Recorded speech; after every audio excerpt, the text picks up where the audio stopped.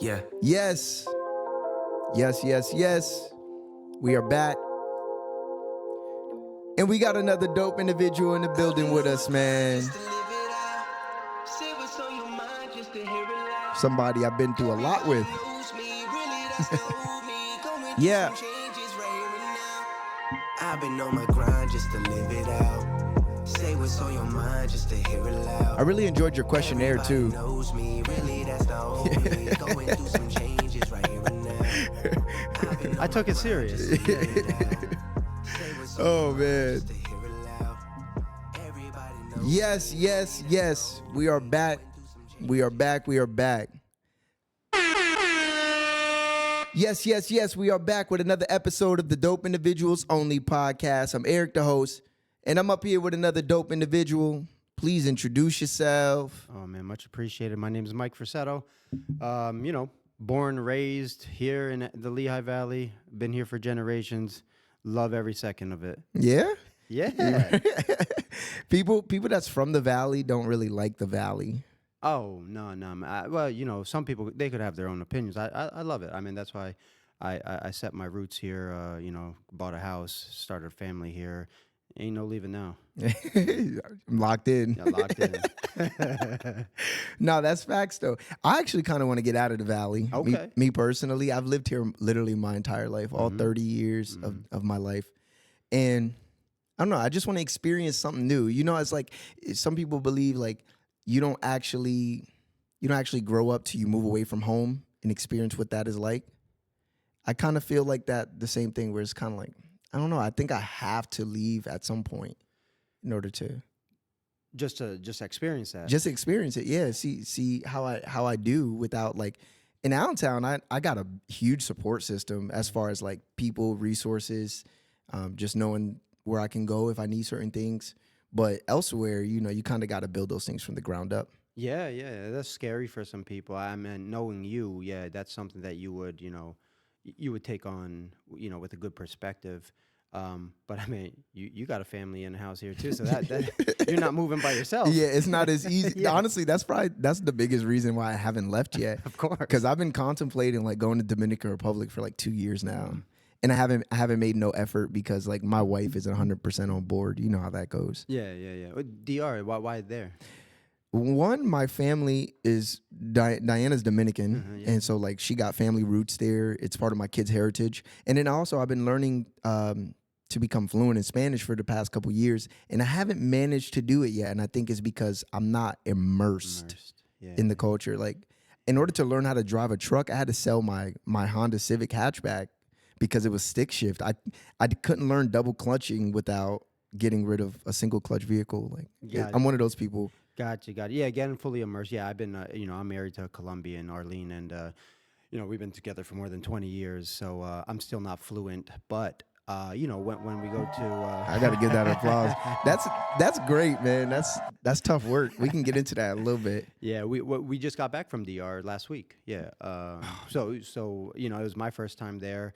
We were in this town called Bayahibe, Okay. Which is about an hour south of Punta Cana.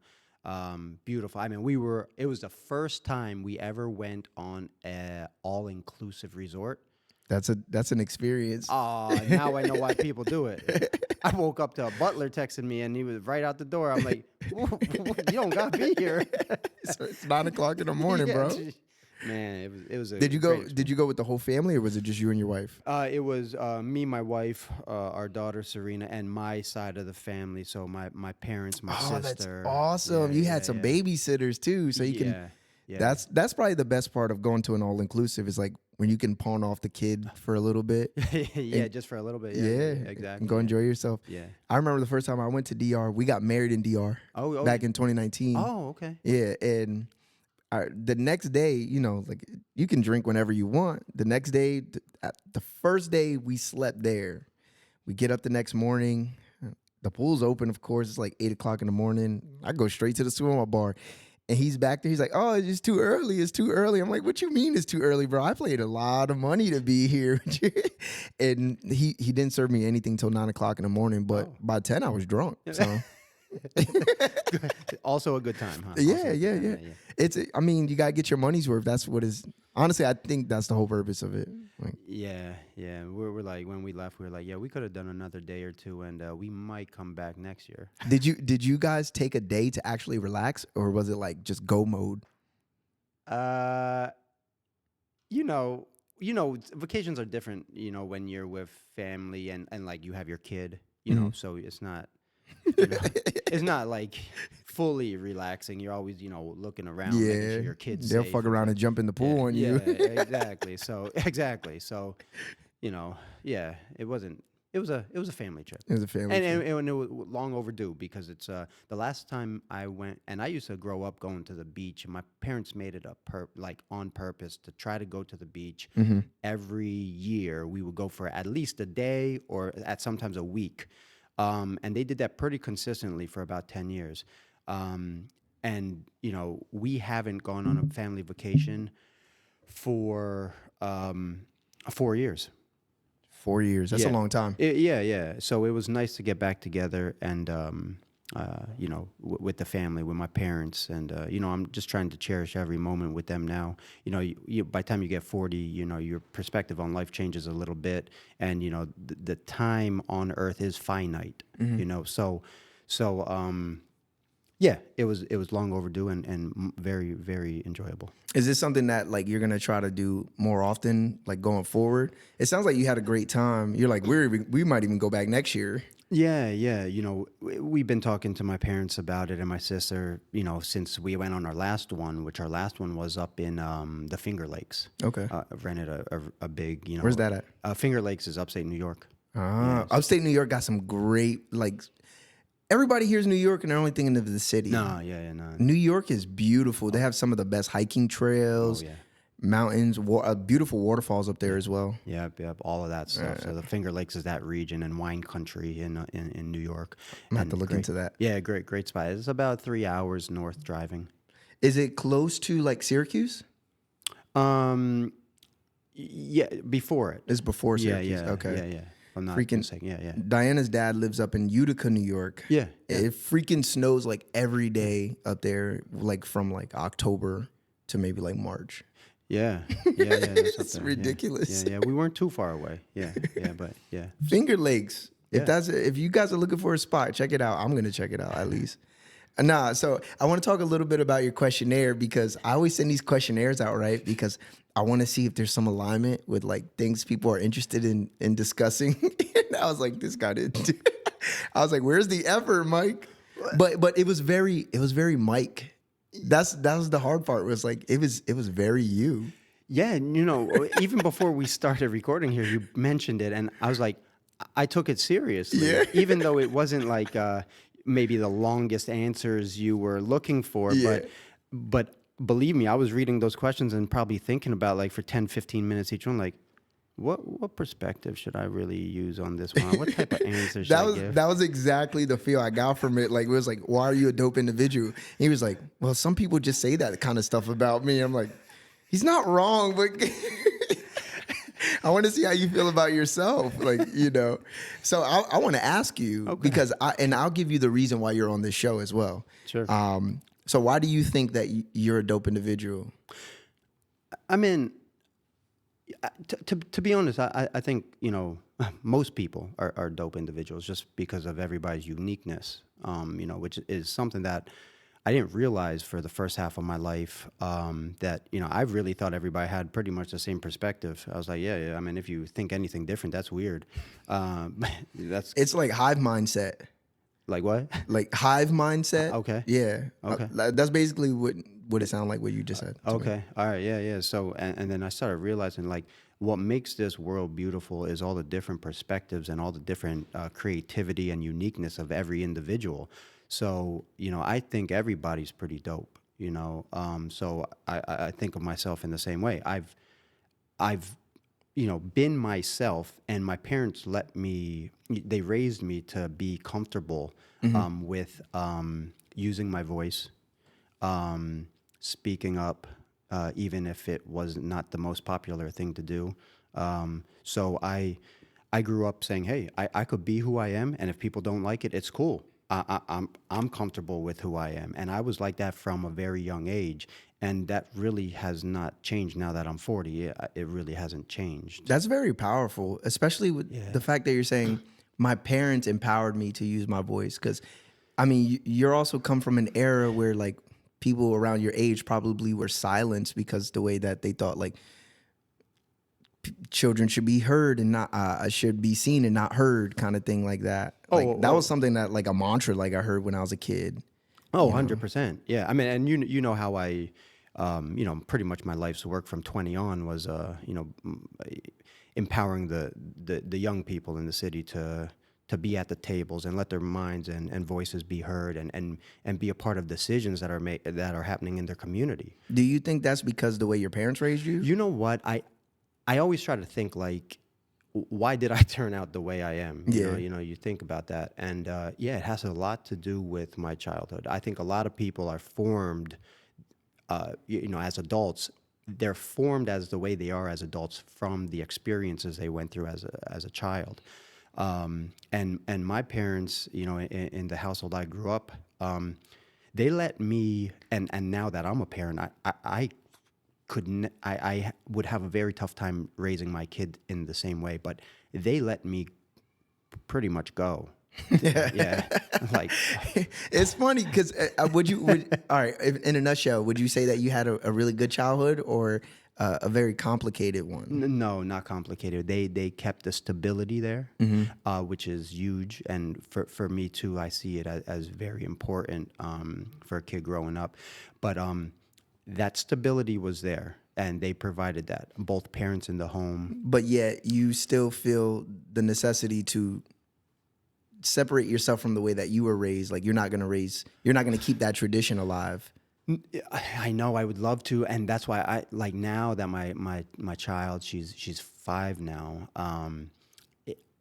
I talk to my parents more about parenting now, of course, because now I'm going through it. Yeah, you got a new perspective now. 100%. Yeah, and everybody said that. Oh, your life will change. I'm like, yeah, everybody says that. Yeah, it's true. It changes big time. Like, my God. I'm not sure what was like a more impactful thing, whether it was getting married or whether it was having children. Like they're both equally as large of change that you can bring into your life, in my opinion.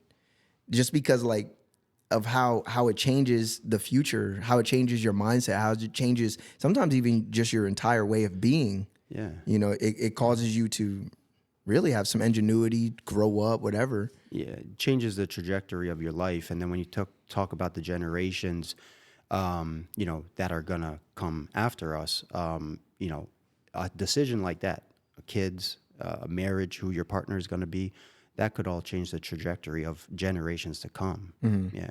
So, wow. But yeah, when it comes to the, raising my kid the way my parents raised me, they let me learn by experience, and I got in trouble for it. Obviously, speaking out against authority, and they were just like, my dad was a union person. He was a mailman for 30 some years in Bethlehem, so he was just like, man, fuck the management, man. Like man, they can't tell me shit. It's not in the contract. So I would listen to this my whole life, and then I would come into kindergarten and be like, yo, man, fuck this homework. Fuck this, man. I don't gotta do this shit. I know this is a square. I know this is a rectangle. Yeah, exactly. You were in there leading revolutions. Yeah. I remember the first. This is a mutiny. Yo, no lie. I remember the first time. I got in trouble all through elementary and middle school and stuff.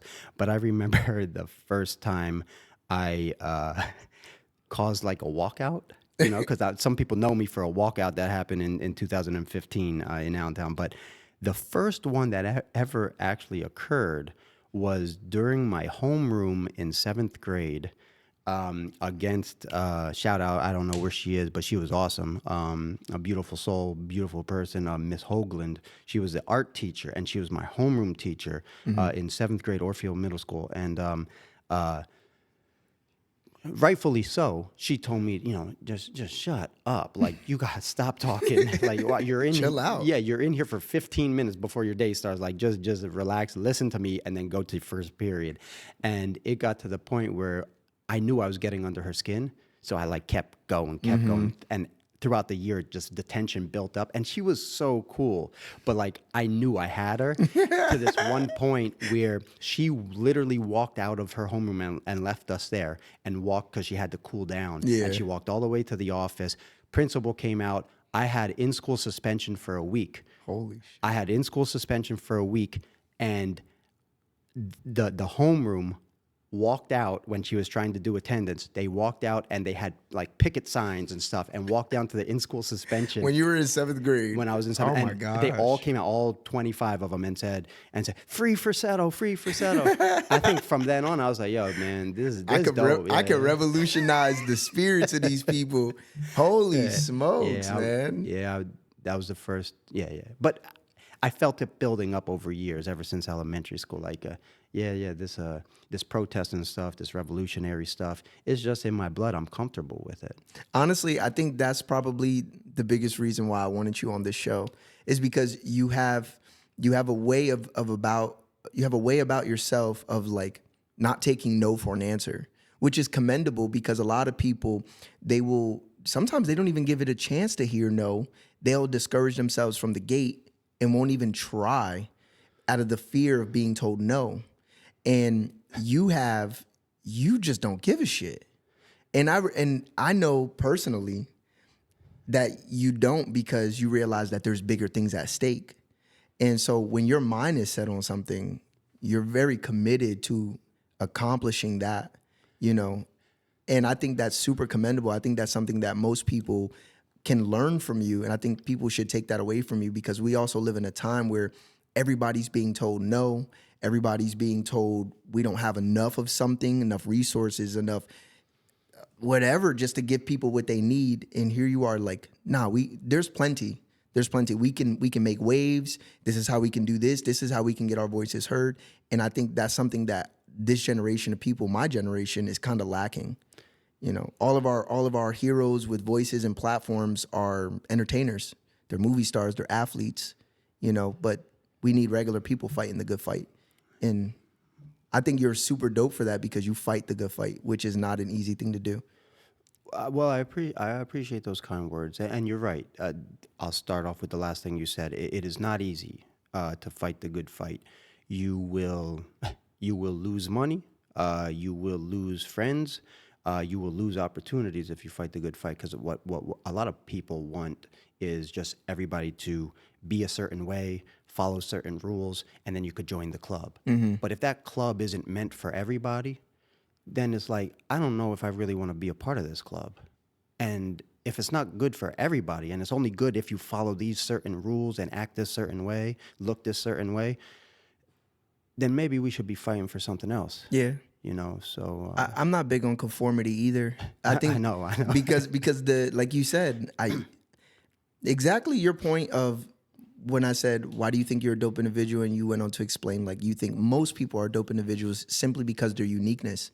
There's only one of them. There's nobody else. Honestly, that's probably the biggest thing about this show, is the fact that we're all different. Yet many of us are still the same, even though we're all different. Because we have things that we agree on. We have things that we disagree on. We have things that we kind of grew up in the same way, whether it was because we were born around the same year, whatever, went to the same schools. But we all have something, we all have a different role to play, because we're all unique in that instance, you know. And this what this show is about, is highlighting that uniqueness to realize, yo, we all got a superpower. Exactly, and that should be cherished. Yeah. And that should be cherished. You know, you bring up a good point. You know, I like traveling. When I first got into traveling was in 2009. Me and my wife now, Arlene, we backpacked around Europe as whatever college students. We saved up money from our bartending and serving jobs, and I think she worked at a gas station at that time. We saved, I think it was like $5,000 or $6,000 in a shoebox at our dorm. Holy shit! Yep. And we just went. She has family in France, but we went to 8 different countries at 2.5 months. We were there for like 10 weeks, and then from then we probably went on to 10 other countries, you know, since then. And one thing I realize about everybody in the world, any place that I've been to in the world, is, yeah, we're all unique, But there are some core things that no matter where you go in the world, we all share in common. What, like what? There's some core things. Probably you could count them probably on one hand, but everybody likes food. Okay, so that's why I think it's very powerful when people say break bread with somebody, because that's something you could share in common with anybody in the world. People like to be around. Mostly, people like to be around other people. You might not like other people. You might not like crowds, but it's instinctual for us as a species, the human species, to be around other people. So being around people. Most cultures like some sort of music. I was gonna say, I was waiting for music. Yeah, music is very powerful and can bring people together. I think that's one of the reasons why 10 years ago I started, Movement Moves Media, the nonprofit around music, because I saw the power in music. But those those are some of the things I've seen in common, no matter where you go in the world.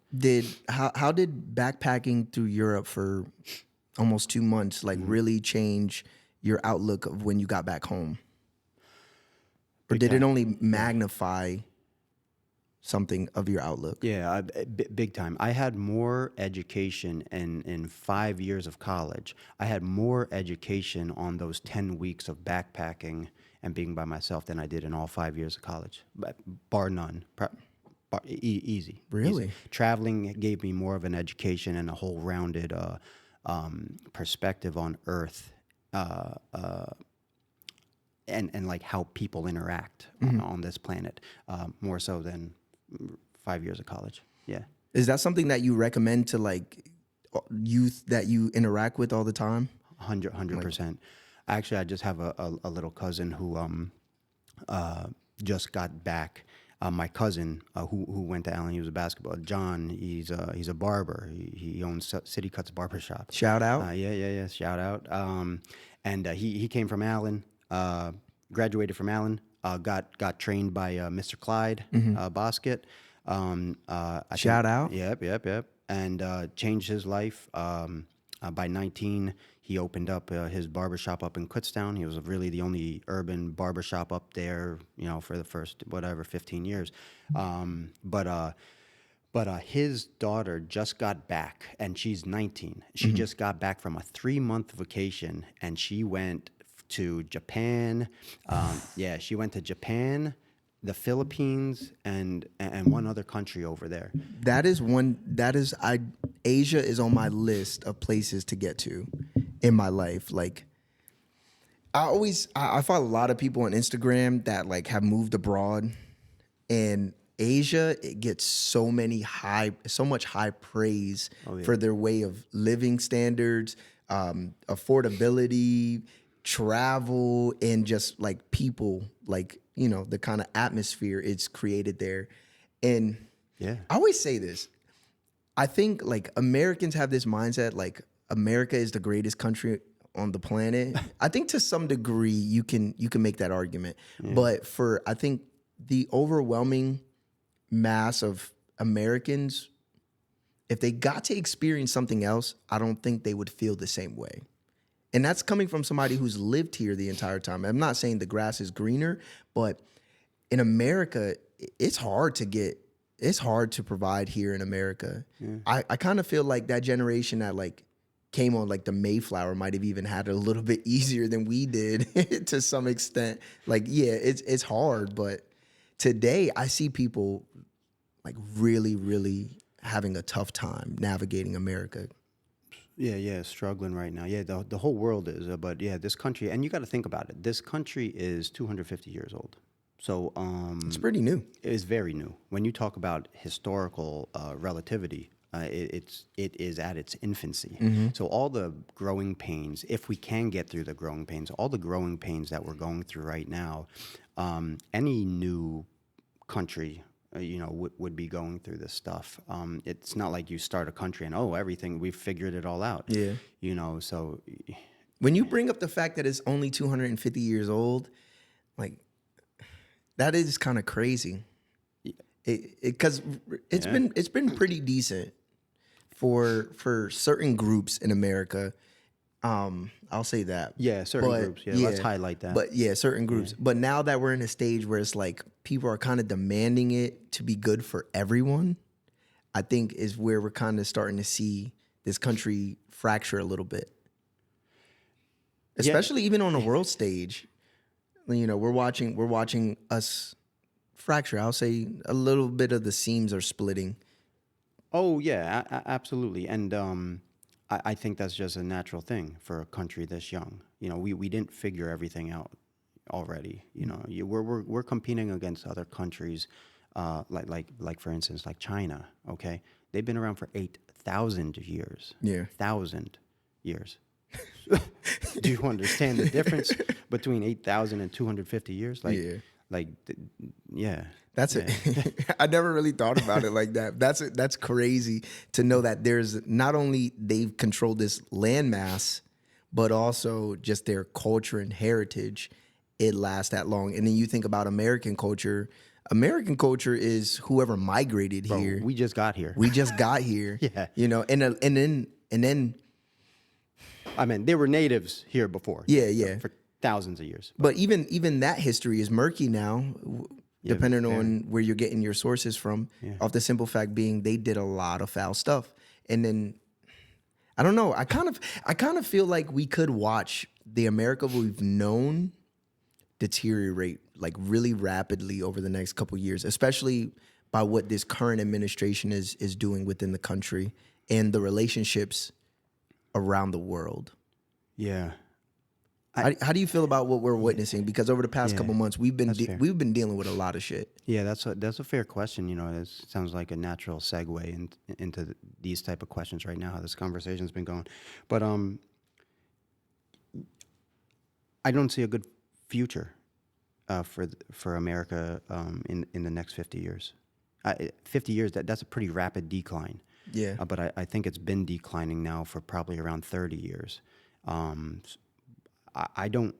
not too confident that this country will last another 50 years. like if it stays in the same state that it's in currently. Yeah, it won't last 50 years in the current state that we're in. That's just, I mean, you just look at macro numbers and stuff like that.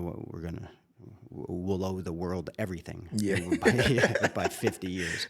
So what happens in times like this when you take a look at, you know, a historical context of case studies that have followed this pattern that we're on is there's some sort of big cataclysmic event that happens amongst the people to change it. Mm-hmm. And what that's referred to as is a revolution. Most of them in history for real change have become violent. That's really the only way that it could become successful in my mind from historical context. I don't think Americans can stomach that. That's me personally. I kind of when they have nothing else to lose is when people start to form and organize revolutions. When they have nothing left to lose, as in if they don't fight, then they'll die. They won't eat. Now, what do you say? Do you watch a lot of like Fox News or CNN or? No, I see little tidbits from those main sources, but I hate corporate media. I rather listen to like PBS or Al Jazeera or some other ones that I can't think of right now. Al Jazeera is one that I just started using this year. Whenever like I just kept seeing like, oh, the war in Iran is going great. We're blowing up shit. Oh, they're not actually doing much. Oh, this is happening overseas in this part of the region. Oh, it's not really going that well. And it's like, all right. So I started following a lot of independent people. Like one of my favorite right now is from like Gaza is Bisan. She's a woman, but she actually lives in the Gaza area. It's kind of fucked up. It's not kind of. It's really fucked up what they're enduring and things like that. That's nothing short of genocide. That's happening. Yeah. I hope the world knows that. That's a genocide over there. And then this is why I say I'm not necessarily sure that America can stomach it, right? Because we're not even willing to stand up for people who can't fight for themselves. Like, when have we been okay as a people and as a culture that we've become the bully. I understand being strong, but being strong and being the bully is different. Yeah, no, I see that. You're right. I think it's going to end in a different way, where it's probably we're just going to sit down and become complacent, and we're going to let an external nation basically buy our country. Holy sh- That's how I see it. As in, they'll infiltrate the government, and basically take over and own the United States government and its assets. And It stuff kind of like that. it kind of sounds like, depending on what you're reading and who you're hearing from, it kind of sounds like that's already kind of the claim. I think at the very fact that like we currently have an administration that doesn't abide by any of the rules it so claims to love.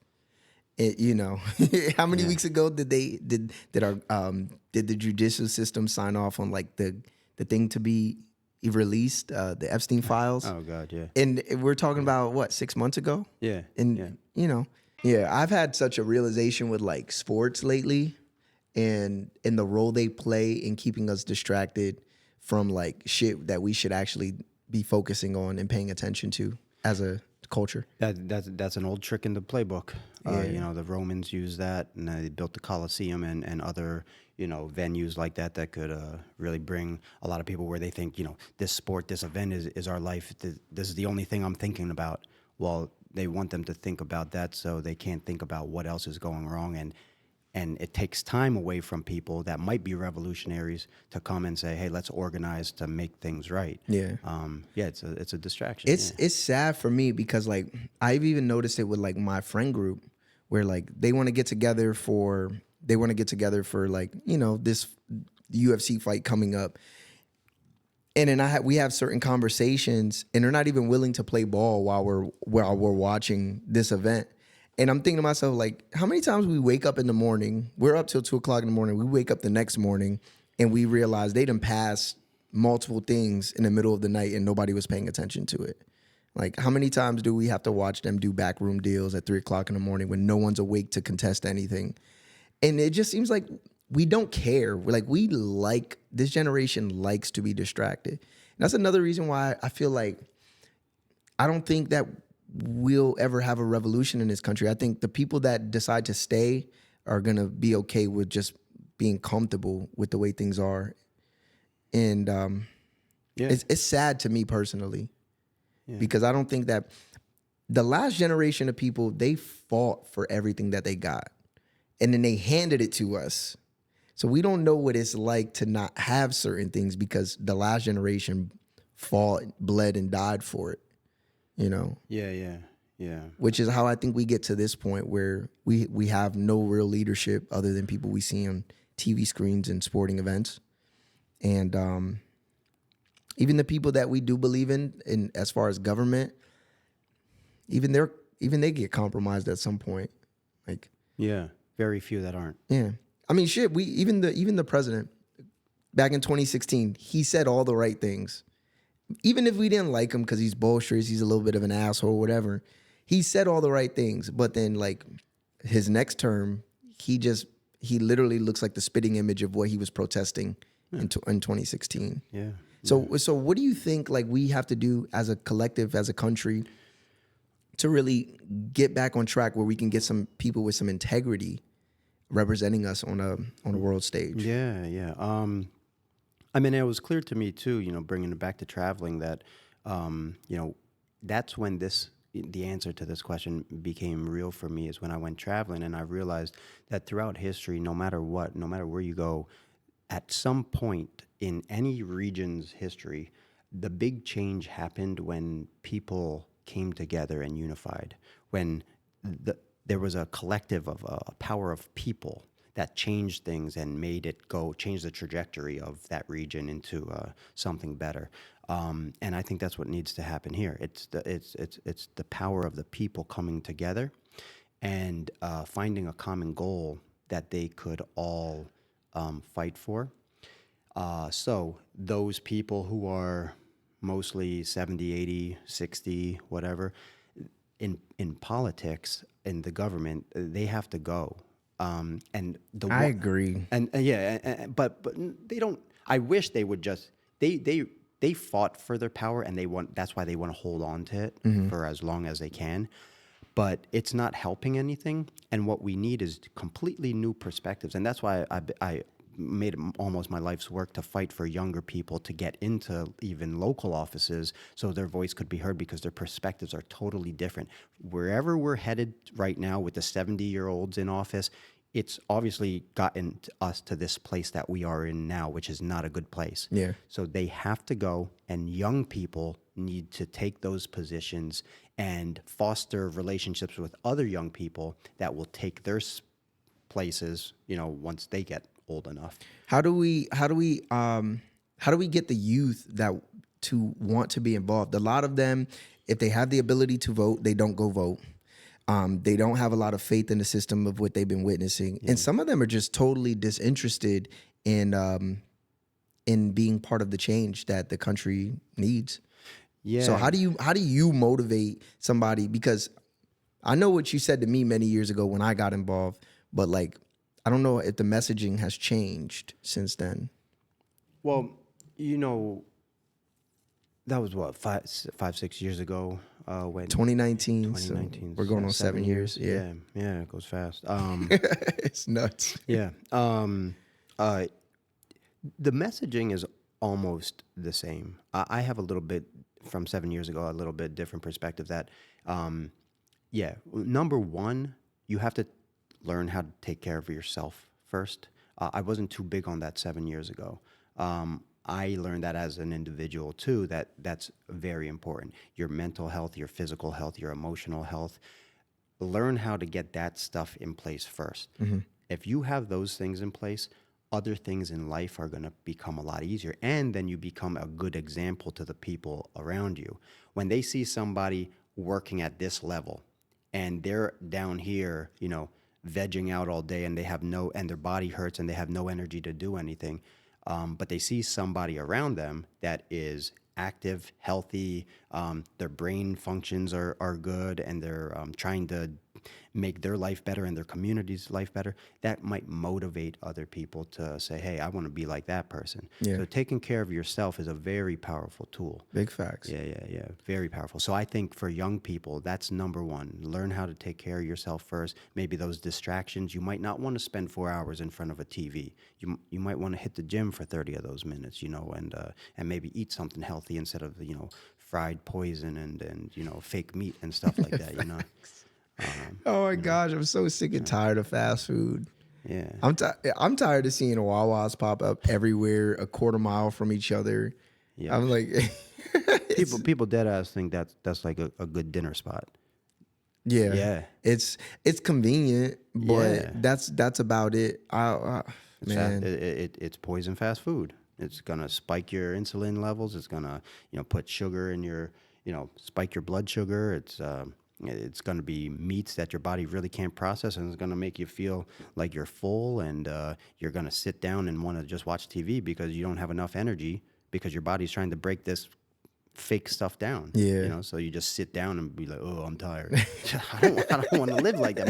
My like we said in the beginning, my time here on earth is finite. Yeah. I don't want to live my hours like that. I was talking about this. I made like a video I haven't dropped yet, but I did an episode a couple months back with a woman named Addie Lugo, who runs the Attitude Lounge podcast. Okay. Shout out to her.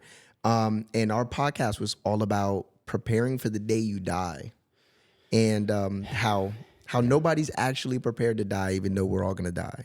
Yeah.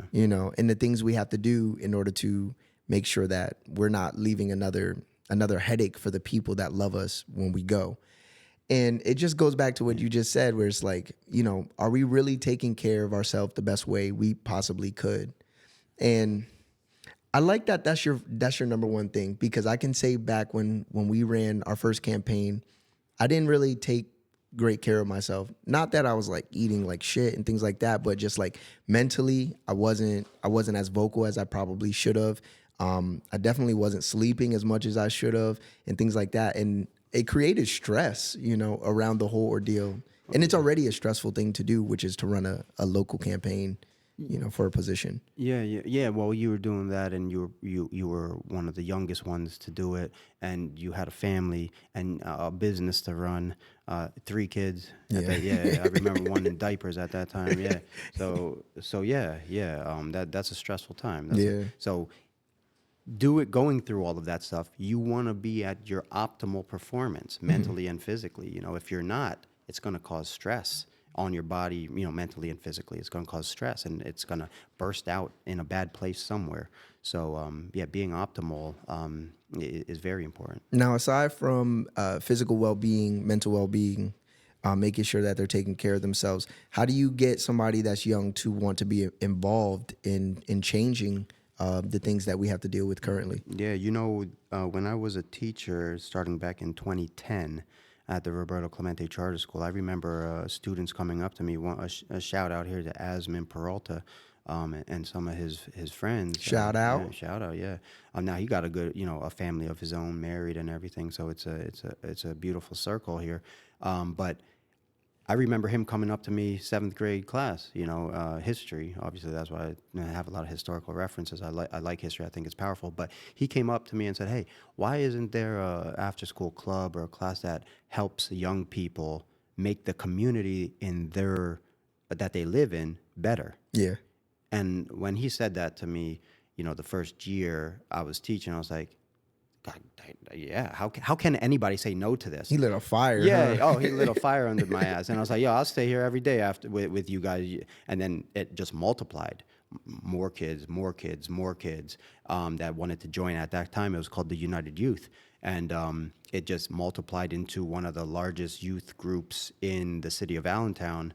Yeah, man. We gotta give you some props for that, man. Yeah, appreciate it. And it was all student led. Basically me supporting them on what they thought was most important. When you let young people go and you just support them, good things happen. Good, and you're gonna buck the system. A lot of people don't trust young people, especially older people. They don't trust the vision of young people. Yeah. Why should we trust the vision of young people? Yeah, you know what? Maybe I feel this way because it was how we talked about earlier, how my parents raised me. They let me learn from experience. So the worst I think about it is if a collective young group makes a mistake, okay, they made a mistake. Right. Well, it's not world ending. Right. You made a mistake. You learn from that. Get back together and do it better the next time. So it's a learning experience at worst, which is a good thing. Yeah. So because it's experience. Yeah. So it's a win-win no matter what. So for me, I was like, yeah, whatever you guys want to do.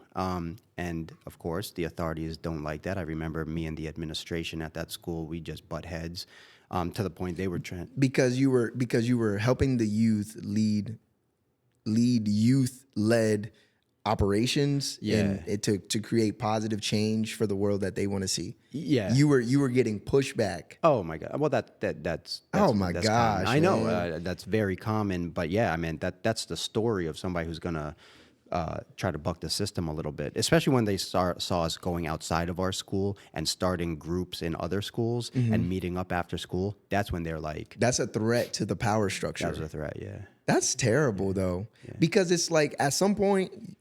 We just said it multiple times. You're going to die and you're going to have to leave whatever position off to people who are younger than you because we need people younger to fulfill those roles. And here you are trying everything you can to derail, something that could be positive. Yeah, and obviously, is that why you're not a teacher no more? Yeah, I had a hard time with that, as a teacher. Yeah, so and I was just like, I'm not here for the administration. I'm not here for the other teachers. The teachers were like, yeah, you never eat lunch with us. You never come out for drinks after. I don't got time after school. I don't want to drink with you guys. I have an after-school group for 2.5 hours. The fuck I want to get drunk with you. I don't even like you guys. Facts. We just work together. Yeah, we work together. You're across the hallway, I love that, man. And it's crazy, too, because I want to speak a little bit on my perspective. 7 years ago, you had said, it was a very simple post on Facebook, hey, this next election, there's four city council seats available. We're looking for young people who live in the community who want to help better the community. I remember it. And I was like, I have no fucking clue who this guy is, but it sounds like something I want to be a part of because I've lived here. I went to 7 different schools in the Allentown School District. I've lived here my entire life, and I can speak directly to the change that I'm seeing in Allentown, and I want to help because I'm not entirely on board with the way it's going. That was the whole reason why I showed up. That call to action you threw out. Yeah, sometimes it's important to communicate, because a lot of times people feel things inside, and they're like, oh yeah, I feel this way. Maybe other people already feel this way. But a lot of times people are just waiting for somebody to open up their voice and say something out loud, and then people can jump onto it and be like, oh my, that's what I was thinking. Let's do this together. Yeah. And if nobody ever opened their voice to say that, then you wouldn't have this group of people moving forward towards that common goal. So that's what that was 7 years ago. 2019, very tumultuous times, almost like now. From then to now, it's been pretty bad. In this country, we went through a lot of changes, especially with COVID rolling out for 2 years just after 2019 and stuff like that. So a big adjustment period for the entire world, especially here in this country. Exactly. And that's why at that time I said it's the right time. I was sitting on the sidelines politically, just watching what was happening in Allentown for a good 10 to 12 years before that. And I realized that a lot of people see people behind those desks in those suits and stuff and go, oh man, those are untouchables. That, this is a very strong system. And I realized, observing the political system in the city of Allentown, that it was a very, very fragile thing.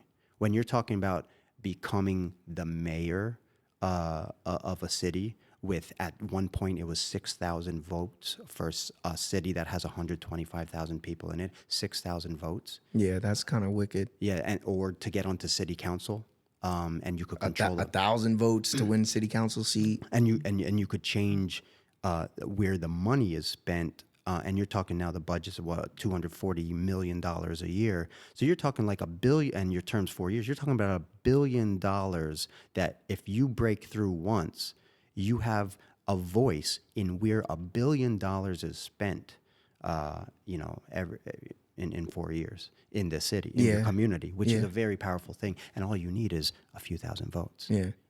So. Man, so you really thought that you could accomplish this when you sat back and you did all these numbers. You were like, yo, we can put people that are going to look out for the community in these seats. Yeah, absolutely. That is radical. Absolutely. That's radical.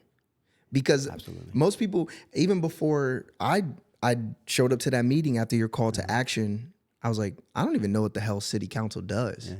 Like, I didn't even know the functions of people that delegate the money to take care of the city that I lived in. I didn't even know that. Yeah. It was such a fragile system that I recognized that I was like, these 19-year-olds, like at that time, your running mate Natalie was 20 years old. Yeah. She was just like you, didn't really fully understand the complexities or the job duties of a city council member, but that wasn't what was important. Okay, you guys are smart. Learn. Yeah, we can learn. You'll learn it. Yeah. You'll learn it. But what was important was that somebody that age step forward and say, fuck it, I'm going to do it. Yeah, we'll try. And then you'll inspire others. And that's what has happened in Allentown ever since then. Now you got dozens and dozens of young people being involved in the political process that for my entire life never happened. Do you know why though? You, seriously, bro. Seriously, you revolutionized an entire era of kids in the city of Allentown.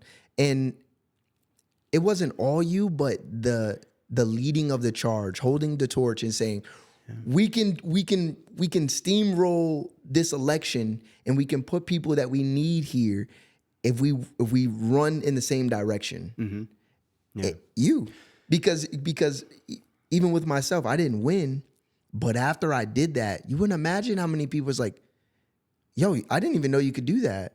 You know, coming to me, asking me questions like, how did you do that? I'm like, well, it's actually pretty simple. You need to get petitions, get your name on the ballot, you know, do some door knocking, find some people that support, you know, and there was an opportunity that I had to spread the information that I had gotten from that experience.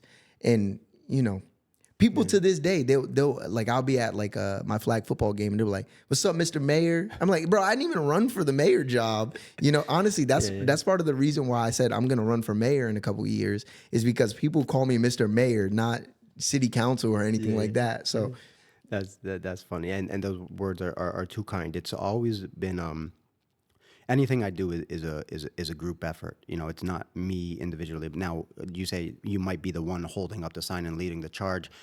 Yeah, I you know, at this point, yeah, I could realize that. Yeah, I was. But in order to make something successful, you need a group of people, not just one person. You need a group of people going towards a common goal. Yeah. And usually, when you open up your mouth and you say your vision, there's people that are going to follow and play crucial roles in the success of that movement. And that's what happened back then. And it was almost like a test. In 2015, when we did the walkouts of Allentown School District, and 1,000 kids walked out against the authorities, against all the threats that they had against them, that was almost like a test of politically in this city. If we can walk out against authority when we're in high school, imagine what we could do when we're able to vote. Exactly. Young adults. And that's what happened 5 years later. That had so much vibrations in the city, that walkout, that those vibrations continued 5 years later to give the push it needed for young people like yourself to get involved in the political process and run for a successful campaign. Wasn't Natalie one of your students? Natalie was not one of my students, but she knew of the walkouts, was involved, not directly.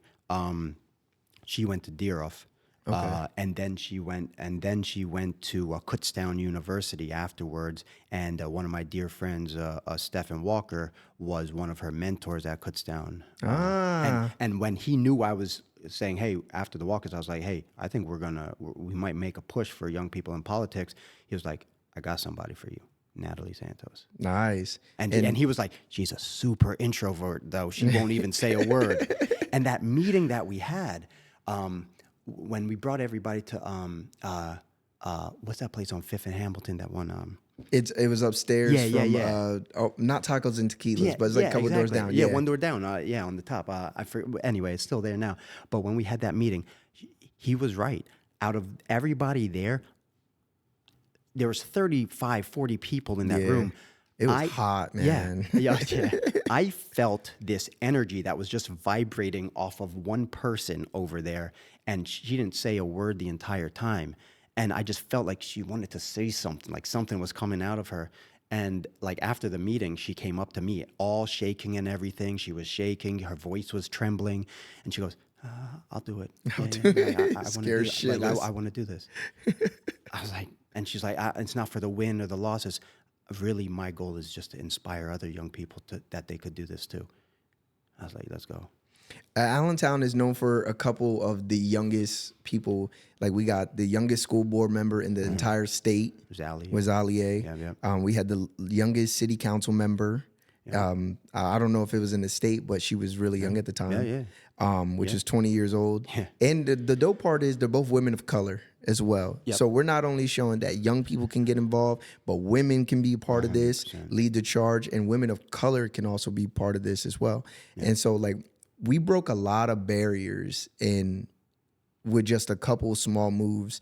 And I really hope that what we accomplished, what Ali accomplished, like these things continue to reverberate outside, not only outside of Allentown, but like neighboring areas and across the state and across the country eventually, is because we really do need young people to be involved. Like when our president is on the cusp of 80 years old and he's never lived a normal life at all, it really puts people out of touch. When all of our congressmen and senators and judges are kind of in the same vein, they're very disconnected. Like we just look like numbers on a page. We're just charts, you know what I'm saying?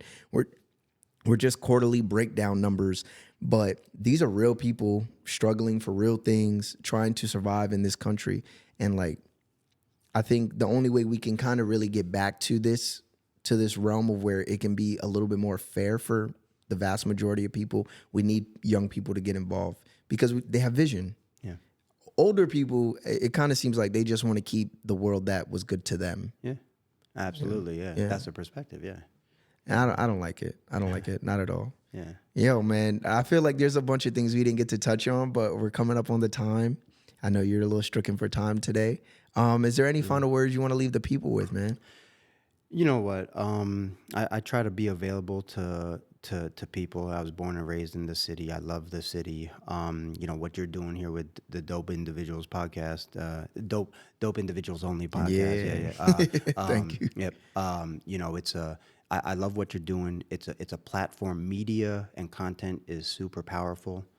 It's a platform where people can voice what they think is important, and who knows, somebody might follow them. No matter who you have as a guest on this show, it's a powerful thing for not only the person on the show, but for anybody who might want to follow that person or start a relationship with that person and say, hey, what can I learn from this person? So, you know, keep doing what you're doing.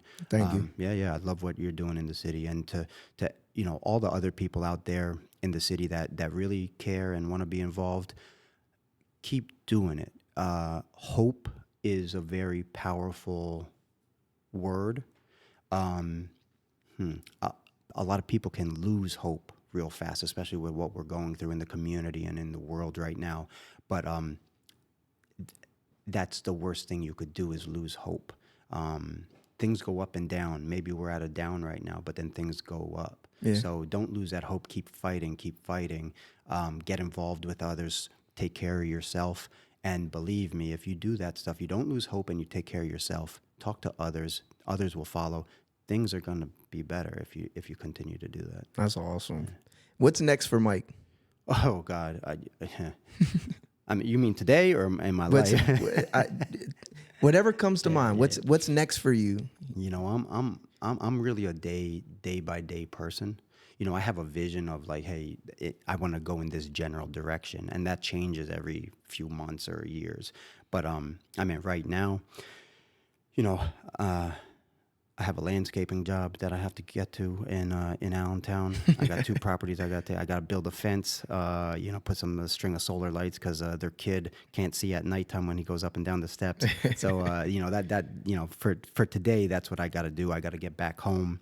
And I mean, also on my mind is I got this Ironman competition that's happening in 2 weeks. So I gotta hone in on my body and mind, and hopefully I make it to the finish line on June 14th. But besides that, short term stuff, long term, you know, I kind of go with the flow and the opportunities, whatever life or whatever people provide an opportunity for, I'll always consider it. I'll always consider every piece of information that comes my way and say, hey, this is a good marginal decision to move forward with that. Or it's not the trajectory I want. I'm going to go another direction. So I really don't know. It's just whatever comes my way, then I'll make that decision. Oh, okay. And I want you to plug it one last time because this is a big event coming up. It's big for the community. It's free for the community, and it's something that you have been building up over the past couple of years. So I would like for you to plug the event coming up in July, and we'll close out. Yeah, gotcha. You know, a lot of people in this area know the One Earth Reggae Fest. It's happening July 11th at the Steel Stacks, beautiful venue. Yeah, man. Right here on the south side of Bethlehem. They got a great organization. My nonprofit movement, Moves Media, created a really good relationship with them, and we're going on our 6th year now of Reggae Fest. And it was only supposed to have 2,000 or 3,000 people. That was going to be a big success. And the first year it had 8,000. And now last year we just broke a record of 15,000 people. It's huge, man. 15,000 people in the community for one day for a 1-day event at Steel Stacks. This year, it looks like it's going to be around 20,000. So it's becoming one of the largest free reggae festivals in the country. Wow, man. July 11th. July 11th. And you'll definitely pop out. If you pop out, you'll definitely see the Dope Individuals Only podcast over there. Love having you guys there. Yeah. Thank you. And so make sure if you in the city, if you're not even in the city, make sure you pop out. Like I said, well, like Mike said, it's free, it's good music, it's family oriented. And yeah, man, good time, good vibes. Yeah, man, I appreciate you having me on, man. This is great. Of course. Thank you for being part of the community. Much appreciation for you coming up here, sharing your story. And I think we got to do this again because there was a lot of things we didn't get to touch base on. That could be very impactful to people, but man, it was just like a free flowing conversation. Yeah. Anytime I sit down with you, it's like that. So yeah, and anytime you want, I'll come back on. All right, bet, man. It sounds like a plan. All right, so we're going to get out of here. We're going to let Mike go handle his business, but make sure y'all shoot for the moon. And if you miss, you still amongst the stars. Peace. Yeah.